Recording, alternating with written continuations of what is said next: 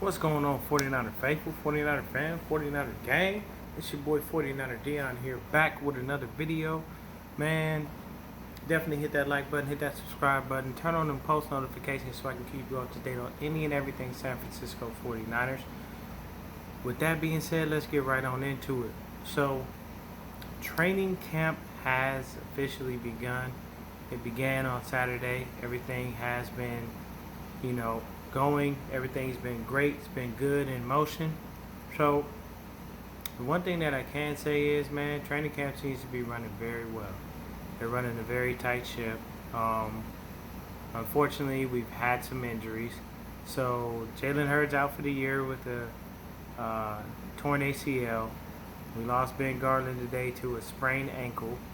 And we already got Weston Richburg still on the mend, so he's not back yet. So they slid Daniel Brunskill over to play center and threw Colton McKivitz and Tom Compton over at right guard to continue to battle it out for that. Tom Compton was with the first team. Of course, Colton McKivitz was with the second. Then still got Debo on the mend. We still got Richie with the broken wrist. So we lost 3 receivers, technically speaking, right now. So that's why you have them bringing in J.J. Nelson and Tavon Austin, and it looks like they're going to host probably a couple more receivers. Kyle said he likes to run with at least 11 different receivers when he has training camp going, which to me is a lot. It's a little more excessive because outside of the guys that got injured, we still have Brandon Ayuk, we still got KB, we still got Jauan Jennings, there's still Trent Taylor, there's still Dante Pettis, and then of course you got Tavon Austin and J.J. Nelson, but those are more so gadget guys. You're going to see them for punt return, kick return, probably just for speed. Those guys aren't there to make a real impact in the receiving corps. They're there for specific things only. So that's probably all you're going to see from them. But Jalen Hurd, man, I hate to say this, but dude fragile as an egg. Both of his injuries were non-contact. He played that one preseason game against Cowboys. Everybody thought it was the greatest thing because it was very promising, man. He bullied his way to the end zone 2 times. We thought we had ourselves a little diamond in the rough. Nah, man, we found an egg. And I don't mean that to be mean to the person, but I'm saying, like, you fragile when you have non-contact injuries. That means it's just something about your body that doesn't mix necessarily when it comes down to those things. And I definitely feel like it hurts him because it's another. He almost like Jet, man. 2 years and nothing.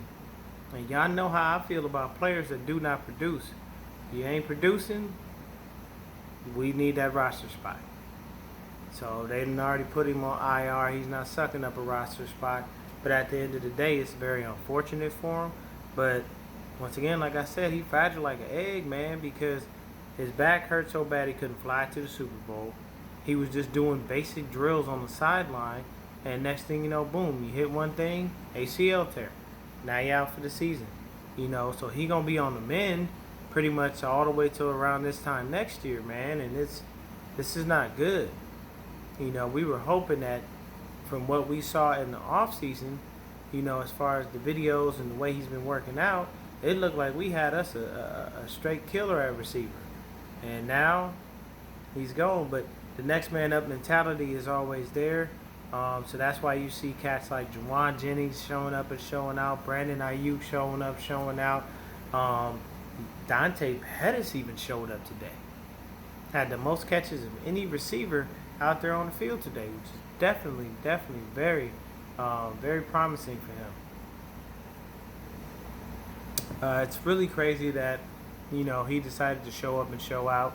Jimmy was giving him a lot of credit, said he played with a lot of physicality. I don't believe that shit. I believe Dante was just doing what he was doing.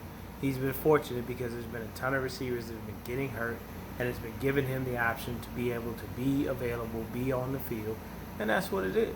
So I'm not going to sit up here and say that Dante's been playing with great physicality and all that stuff, because he probably hasn't. You know what I mean? Dante's probably just been playing as best as he possibly can. He's been getting more time because the receivers unfortunately been going down like flies. And once Debo is back, you'll see him relegated back to that bench spot. Trent Taylor has looked very good this year. I do not like that mustache though. Trent Taylor looked like an old trucker with that damn mustache. He need to shave that shit. I don't like it. I didn't like it on Aaron Rodgers when he had it. There's just something about that it don't look right, man. It don't look healthy. I don't know. Maybe that's just me. Maybe I'm a little biased. George Kittle has been looking amazing during camp. Javon Kinlaw seems like he's going to need a little bit of work. And the reason that I state that is because I've been watching Grant Cohn a little bit more because he's there and he's our official reporter. And they were able to be about, 20 yards, 200 yards away, 20 yards, something like that. They were able to be close enough to visibly see who's doing what during practice. And what he was stating about Kinlaw is he has one move, and that's that bull rush. But the thing is that bull rush will get you manhandled in a lot of places. You could be as big as all get out. You could be as strong as you want. That bull rush is only going to work against certain linemen. You know what I'm saying? And if you're working against the interior guys, a.k.a. guards and centers, then you're going to have more than just a bull rush. You know, you're not going to always manhandle people because they say Laken Tomlinson been handling his ass. You know what I mean? They say he has a couple of things that he's got to work on, but it seems like he might be a little bit more of a project because he's going to have to work on having more technique, having more skills, and doing more things, you know what I mean? So I can say that I don't think negatively of it. I feel like he's definitely going to learn. You could tell that was his first press conference. If you didn't see his press conference, he was just sitting there. His thumb just kept doing this, and you know what I'm saying. And D4 is an old soul. He would put me up on game. He put me up on game about a lot of things. And I don't know whether those are gold fronts or he forgot to take out his mouth guard. But he is from the South, so I mean, I wouldn't put gold fronts past him. But I think he just forgot to take out his mouth guard because that looked like rubber. Kerry Hyder had an interview today. They didn't really even know who he was. The first reporter said, "Are you Kerry?" And he was like, "Yeah, I'm Kerry." And you can see he just looked all but dumbfounded when he had a interview as well after because basically these guys are new to it, so they don't necessarily get that too often. Drinking that tea, baby, you gotta get that tea in your life, man. Don't be drinking no soda and all that sugary stuff, man. Get you some tea, buy you some natural sugar, natural cane sugar, man. Put just a little hint in there, be solid. Looks like Tart is definitely doing very well. Today was a great day for Marcel Harris. From what I hear, Harris picked off a couple of passes. He's still got to work on his tackling. But the one thing that I'm going to say is they keep rotating in and out Eman Mosley, Jason Verrett, and Akello Witherspoon because they're trying to give all three of those dudes a chance to be able to start at the right cornerback spot because Sherman obviously has the left cornerback spot locked up. What they're doing is we brought in a new DB coach, and he's more of a man type of person. He's not a zone guy. So he's teaching you how to man up, get up in their face, one-on-one, get that jam in, make sure they off their route, all that stuff. So you got to be ready for that because, and see, I like DB coaches like that because then you turn into a ball hawk because you can do that, you know what I mean? It definitely can be very frustrating when you don't have the option to be able to do certain things, because you're running your scheme and you don't want to go against the grain. But it'd be lovely just to ball hawk a little bit more. That's what I like. I like DBs who can cover in man coverage. That's why I love Deion Sanders. My name is Deion, and that's why I like Sanders. But today, overall, practice seemed to be very good. All the players are in great spirits. Robert Saleh had a nice little interview. Of course, he was hyping up Jamar Taylor, but Jamar Taylor been getting his ass handed to him, in that slot.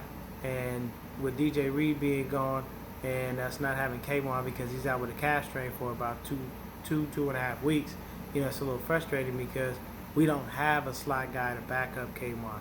And DJ Reed, even though he wasn't that amazing, he was all right. The cool thing is if it gets to game time and K'Wan ever goes down, whenever we run that nickel package, we slide Jimmy Ward up to play the slot, and then we put Tarvarius Moore back there to take his spot. So we have a contingency plan if need be. But right now in practice, we're just running with whoever we can. Jimmy G's been looking good. Nick Mullins has been looking great. C.J. Beathard is trash as always. There ain't nothing new. This is a beautiful thing, man. We just have to continue to stay on it, and the revenge tour will continue. I think if they feel like Ken Law is a little overwhelmed and he's not ready for prime time, what they'll do is they'll most likely probably start, I would say, maybe you'll have your bookends of D Ford and Nick Bosa, and then you'll probably have DJ Jones and Ronnie Blair in the middle, because Blair can play on the end or he can play on, D tackle. So we'll most likely be doing something like that, or probably even put in Kerry Hyder to be able to do it, because he has more experience than Javon Kinlaw, and just continue to rotate guys in and out. And I've said this before, I'll say it again. That's how the Giants won their Super Bowls, because Spags was rotating dudes in and out. That motherfucker had starting defensive linemen behind starting defensive linemen, and he was rotating those motherfuckers in and out with Justin Tuck, O.C. Umenyiora, Michael Strahan, all of those cats. And, and the guys that were sitting behind them were starters on any other squad. So when you rotate a defensive line in and out like that and you keep them fresh, it's a beautiful thing, because you got certain guys for certain situations.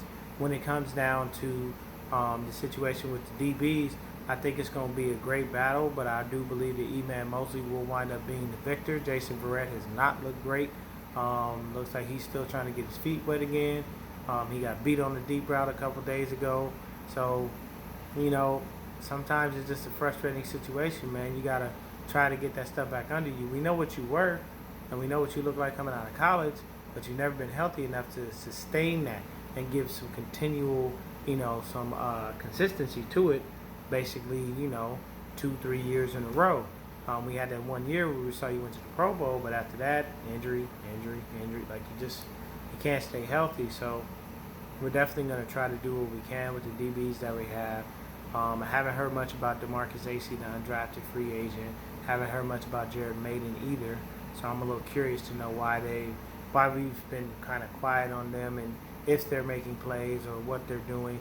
Heard Charlie Warner has been, doing some good things in our run blocking game, as well as doing a little bit of pass catching.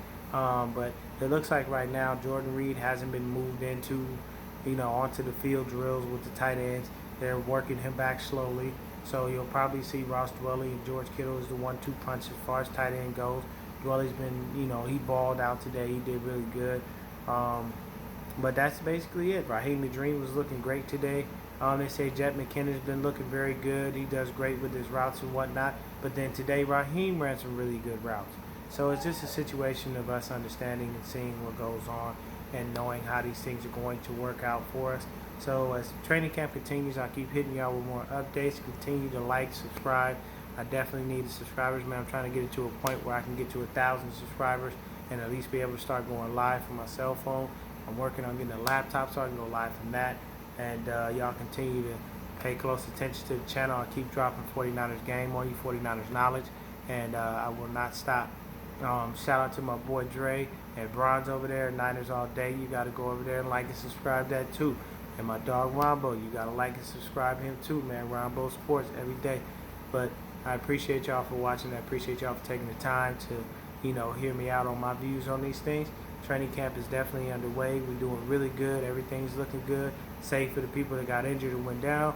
It does open the door for other guys to show up and show out. So if Dante can string together a couple of good days, good. You got to remember, when I talk about the guys that I don't care for on the squad, the one thing is, it's not that I don't want them to win. I do. I want them to be great. But they consistently show me that they can't be. Jerick McKinnon, 2 years injured. Finally healthy. Let's hope he can get on the field and actually show me something, because you can do all you want in training camp until you hit that field and you actually see everything, you're under the lights and you're actually producing. Still don't mean shit to me. You know what I'm saying? Dante Pettis, you can look good in training camp, but if you ain't ready to get your ass lit up over that fucking middle, get up and keep moving and go out there and take another hit, that don't mean shit to me. Like, you got to be able to do it, and you got to be able to do it on a consistent basis, and you have to have the want and the will and the drive to love football. You have to eat, sleep, breathe, shit football every chance you get, because that's what we need on this team. Those are guys like George Kittle. Those are guys like Jimmy G. There's Trent Williams. You know what I'm saying? Those are guys like Raheem the Dream. Those are guys like Deebo Samuel. Those are guys like KB. You know what I'm saying? Those guys eat, sleep, breathe, and shit football. Nick Bosa, born and bred into it. The boy was probably trying to run drills in his mom's womb.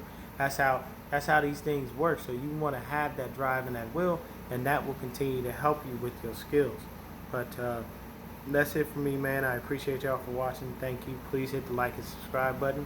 Y'all have yourselves a wonderful day. I'm out.